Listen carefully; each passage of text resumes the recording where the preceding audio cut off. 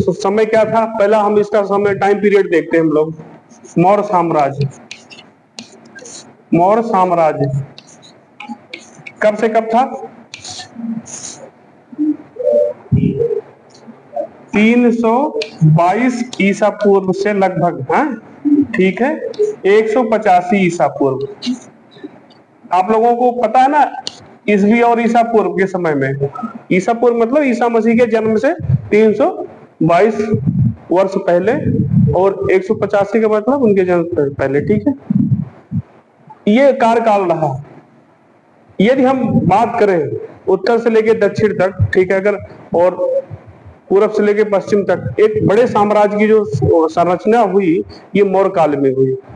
और इस मौर्य काल में मौर्य साम्राज्य की स्थापना चंद्रगुप्त मौर्य ने की थी, ठीक है। किसने की थी? इनके जो मंत्री थे कहा जाता है चाणक्य या कौटिल्य, उनके सहयोग से ही मौर्य साम्राज्य की स्थापना हुई। और उस समय नंद वंश का अंतिम शासक धनानंद, हाँ, उसको पराजित करके ये स्थापना किया। इसके 5 राज्य थे, ठीक है। कौन कौन थे? उनको चक्र कहा जाता था। क्या कहा जाता था? चक्र, ठीक है। इनकी अलग, जैसे उनका एक महाजनपद राज्य चक्र था, क्या? उज्जैन, ठीक है। अवंती, जिसको अवंत, उसकी राजधानी उज्जैनी, ठीक है। और महेशमती 2 हुआ करती थी। तो उसलिए एक थी, सुवर्णगिरी दक्षिण में था, ठीक है, पाटलिपुत्र। इस प्रकार के 5 चक्र थे, ठीक है, राज्य थे। कहीं कहीं पे 4 लिखा मिलता है, लेकिन 5 बताया जाता है अशोक के समय में। अब इस बड़े से साम्राज्य की अगर संरचना थी तो उसका एक प्रशासन रहा होगा। तो प्रशासन में कौन कौन होता था, कितने मंत्री होते थे, ठीक है, कौन सा अधिकारी होता, कौन सा अध्यक्ष होता था, उनके विषय में हम लोग पढ़ते हैं। अगर इसके बाद देखा जाए, प्रशासन की बात करें, चंद्रगुप्त मौर्य द्वारा स्थापित मौर्य वंश के प्रशासन की बात करें, तो सबसे जो प्रमुख स्रोत है कौटिल्य का अर्थशास्त्र है। क्या है? किसने लिखा? कौटिल्य, अर्थशास्त्र है। इसमें कौटिल्य ने राज के 7 अंग बताए, सप्तांग कहा गया। कितने? 7 अंग बताए हैं, ठीक है। कौन कौन से अंग है? एक तो राजा होगा, ठीक है, अमात्य होगा, राजा अमात्य, सेना होगी, मित्र होगा और शत्रु होगा, ठीक है। कितने हो गए? ठीक है। कोष होगा, उसको संचालित करने के लिए कोष होगा, ठीक है। तो इस प्रकार 7 आदि से मान लीजिए, ठीक है। इस प्रकार के 7 अंग बताए, ठीक है। अब अच्छा, इसमें जो पहला अगर हम बात करें, ठीक है, सप्तांग में सबसे बड़ा जो होगा पहला, ये जो इस प्रशासन व्यवस्था का प्रशासन जो था, इसका पहला जो सबसे केंद्रीय सत्ता सबसे बड़ी थी, किसकी थी? ये राजा की या सम्राट की, ठीक है। किसकी? राजा या सम्राट, जो मौर्य साम्राज्य का प्रमुख होता था। और इन्हीं के समय में निरंकुश, क्योंकि इसके पहले घनानंद के पहले भी भारतवर्ष में 16 महाजनपद थे, जैसे अगुंतर निकाय और भगवत सूत्र से हमें मालूम पड़ता है कि 16 महाजनपद थे। कुछ जगह पे गणतंत्र व्यवस्थाएं थी, ठीक है। गणतंत्र का मतलब है कबीले से राजा को चुना जाता था। लेकिन जब मगध का उत्कर्ष हुआ, जैसे अंग, कौशल आदि महाजनपदों को उसने कैप्चर कर लिया, तो क्या हुआ? एक निरंकुश राजतंत्र की स्थापना हुई। लेकिन अगर बृहद भारत की बात करें, अखंड भारत में, तो निरंकुश राजतंत्र की स्थापना कब हुई? ये चंद्रगुप्त मौर्य ने किया, ठीक है। निरंकुश राजतंत्र था, ये सीधा कहो, ये प्रशासन का प्रमुख होता था। सबसे शीर्ष पद कौन होता है? सम्राट होता था, राजा होता था सभी जनपदों का या पूरे साम्राज्य का, इन्हीं के द्वारा संचालित किया जाता। ये शासन किसका होता है? निरंकुश, मतलब उसको कोई अंकुश नहीं लगा सकता था, ठीक है। ये कौन होता था? ये अपना सम्राट होता था, ठीक है, या राजा मान लीजिए, सम्राट मान लीजिए, प्रमुख होता था।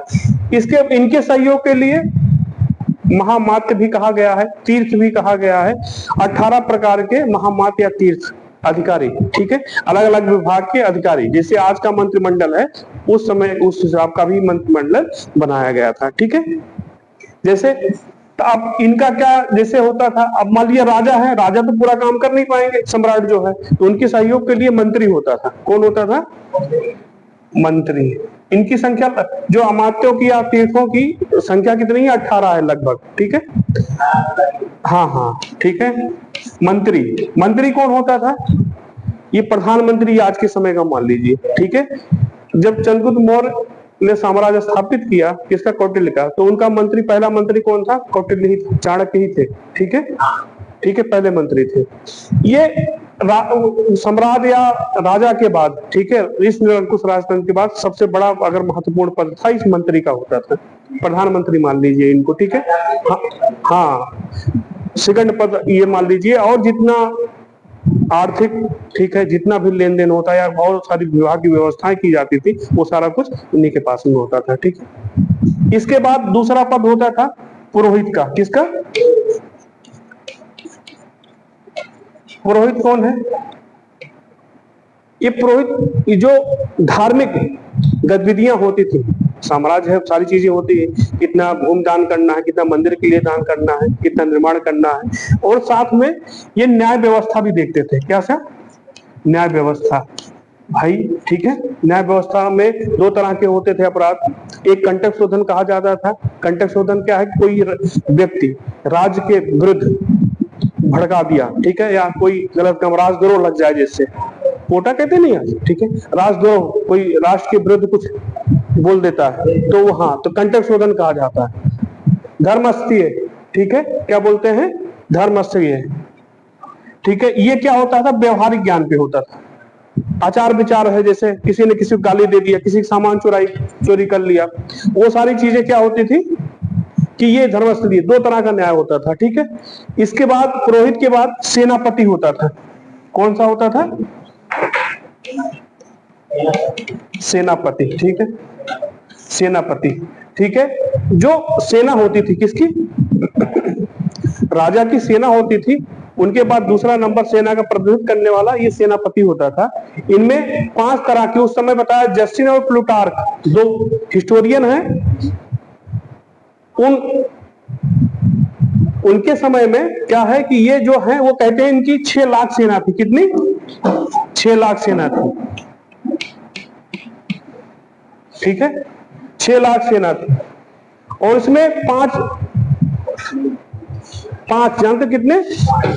5 समितियों से इसका मैनेजमेंट किया जाता था। 5 समितियां थी, जैसे, और हर समिति में जैसे अलग अलग, जैसे अश्व सेना हो गई, ठीक है, पैदल सेना, ये पैदल सेना ही लगभग ज्यादा थी, ठीक है, अश्व कम थे।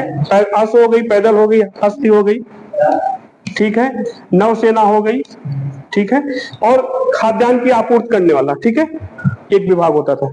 तो इस प्रकार के ये सेनाएं, गुप्तचर जिसको कह सकते हैं, गुप्तचर विभाग भी रहता था। तो ये सारी चीजें क्या है? ये सेनाएं थी कि लगभग 6 लाख बताया गया है इनका, ठीक है, चंद्रगुप्त मौर्य की। और इनको, इन समितियों का सेनापति के अंदर ही होती थी ये, और ये इनका जो क्या कहते हैं प्रबंधन कौन करती? 5 समितियां थी, हर विभाग की, से अश्व के लिए अलग, अन्न भंडारण के लिए, अन्न की व्यवस्था के लिए, ठीक है, गुप्तचर के लिए। तो ये हमारे पास क्या 5 समितियां होती थी, 5 इनके विभाग थे अलग अलग, अश्व सेना, पैदल सेना, ठीक है। अधिकतर सेनाएं इनकी किसमें थी? पैदल सेना थी। इनको अलग अलग राइटरों ने कहा कि इनको जो चंद्रगुप्त मौर्य की सेना थी ना, लुटेरे और डाकुओं की सेना थी, ठीक है, लेकिन फिर भी इसमें अश्व सेना, हस्त सेना, ठीक है, नौसेना आदि सेनाएं होती थी, और इनका प्रबंधन 5 समितियों के द्वारा किया जाता था। उसका प्रमुख सेनापति होता था, ठीक है, क्लियर हो गया। फिर उसके बाद इसमें जैसे ये हो गया, फिर ये मंत्री, सेनापति, पुरोहित, ठीक है, ये हो गए। फिर अलग अलग विभाग भी दिए गए थे, जैसे अपना कृषि राजस्व विभाग। एक विभाग आता है सन्निघाता का, ये क्वेश्चन में आता है, सन्निघाता। ये क्या है? ये कोषाध्यक्ष होता था। कौन सा होता था? कोषाध्यक्ष। भाई, राज्य को चलाने के लिए धन चाहिए कि नहीं, ठीक है। एक होता था समाहर्ता,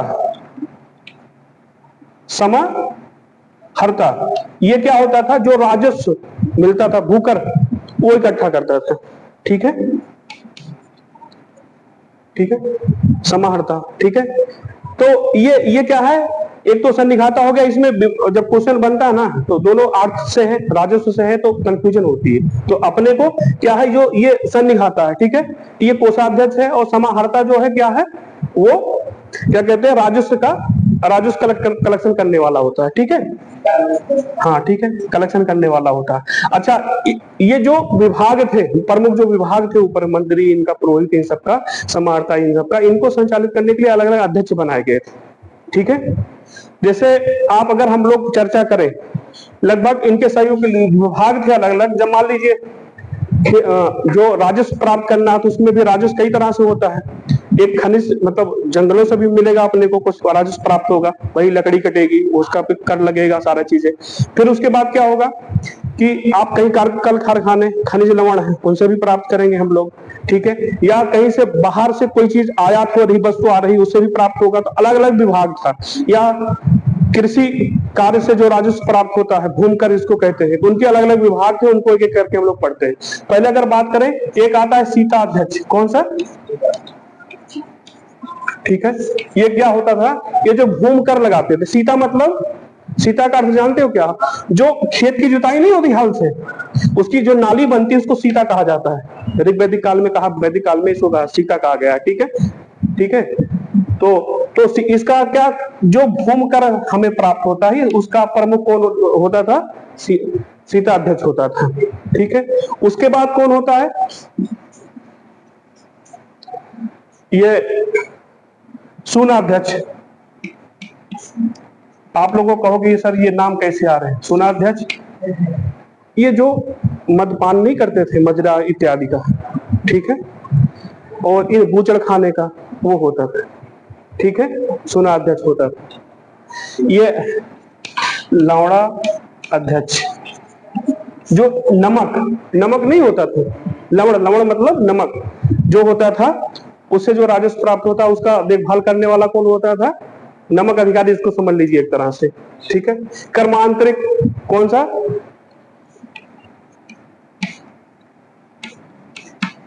ठीक है, ये जो अपने कल कारखाने थे, ठीक है, उनकी देखभाल करता था।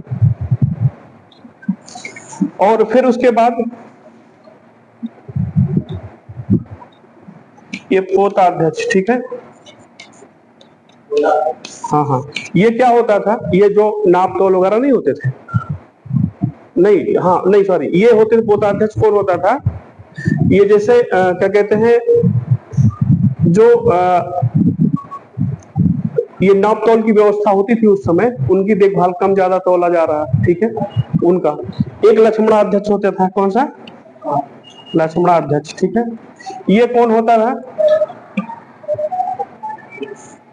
ये बाजार व्यवस्था का प्रमुख होता था, समझ लीजिए एक तरह से, ठीक है, ठीक है। जैसे लेन देन, ये पोताध्यक्ष मतलब जो उस समय कर वगैरह में लगाया जाता था, ठीक है। एक और ये लक्ष्मणाध्यक्ष क्या होता है, सिक्के नहीं होते थे, सिक्के वगैरह, ये मुद्राएं जो होती, उस समय कसारपण चलता था, ठीक है। सोने के सिक्के तो नहीं जारी किए गए, लेकिन कसारपण या कौड़िया जो होता, उनका लेन देन का।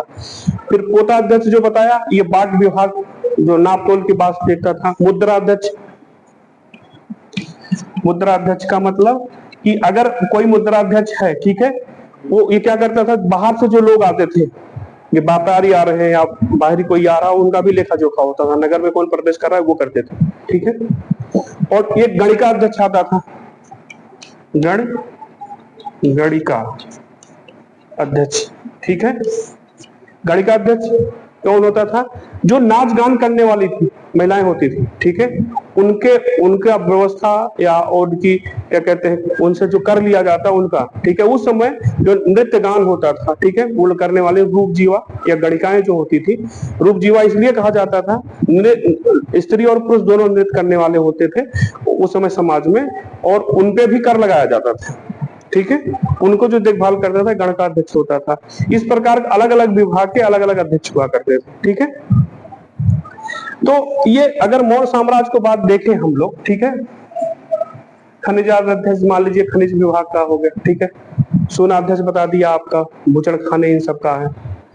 मुद्राध्यक्ष वो जो बाहर से प्रवेश करे, पासपोर्ट जिसको कहते हैं नहीं, वो एंट्री देते हैं वो, ठीक है।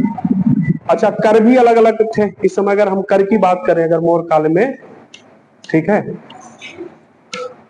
निष्क्रमण निर्यात के लिए, प्रण, ठीक है, आयात के लिए, और कर के कई साधन थे। एक तो भूमि कर मिलता है सीधा सीधा, जो कर राजा ले रहा लोगों से।